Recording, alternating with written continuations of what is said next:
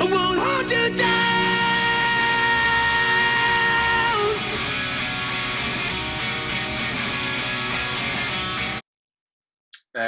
The goalie coach for Washington when you signed was Mitch Korn, right?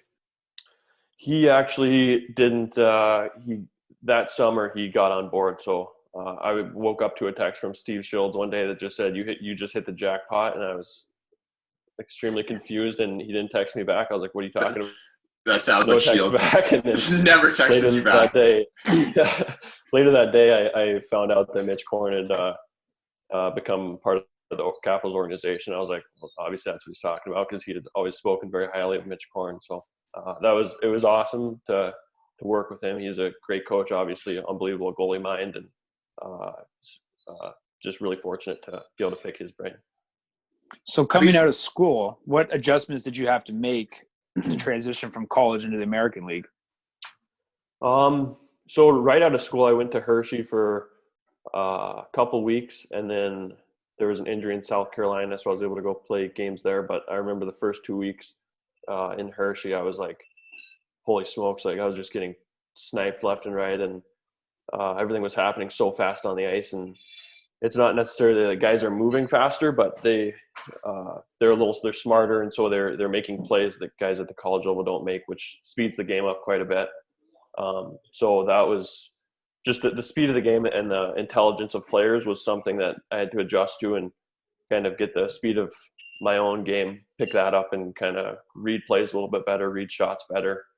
And it was nice to kind of get down to South Carolina and get some game action and kind of get my confidence at the pro level up a little bit.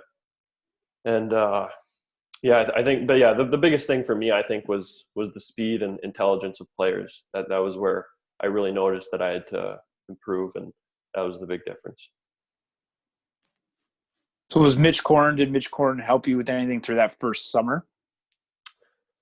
So he was there at the development camp, and I was just obviously trying to soak up as much as I could from him. He's got a lot of unique drills and different things that he does, and sometimes you're like, why are we doing this? It's like, what can this possibly do with goaltending? But it's just different types of movements. Like I remember we were like wrestling, kind of like doing kind of sumo wrestling at center ice, trying to push each other out of the circle, and you're like, why are we doing this? But when you think about it, you're getting stronger on your edges. You're using your brain and thinking of different ways to move and get the guy out of the circle. So it's some of the stuff you do with Mitch, you don't understand why, but until later on, why you're doing it. But he's like I said, he's a great goalie mind, and there's always a reason to the stuff he does, even though it might not be obvious at first.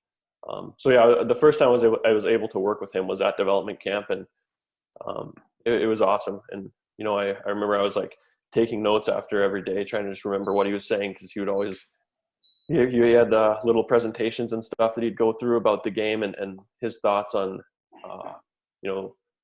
plays and certain things. And I was just trying to absorb as much of it as I could. So I was very fortunate for that. And then my first year, I didn't really get to work with him a whole lot, because he was in DC. But in Hershey, we had Scott Murray, who's now the goalie coach in DC, and he's amazing as well. He's kind of like a mini Mitch Korn, how tuned he is with goaltending and how smart he is with the game. And he's another great goalie coach that I'm fortunate to have worked with, and lucky in that regard. So you're at a development camp, and you got a guy telling you to put your stick down and sumo wrestle this other goalie at center ice. Yeah. And you're in no position to be like, no, that's dumb. I'm not doing that. Yeah, and this is the best goalie coach of all time that people say, and I'm like, what's going on? Yeah. And then we did this other one another day where he put two nets in the zone, just at random spots, and we were playing tag. Two guys. We had four goalies, so two guys would watch and two guys would just play tag, and you could like use the nets to dodge each other. And like I was saying at the time, it's like, what on earth are we doing? But when you think back, like, you're doing very unique stuff that's working on skills that don't ever get worked on, and you're doing a lot of stuff with the edges. You're working on speed, and there's a reason why he's one of the best goalie coaches in the world, and he has a reason behind what he does.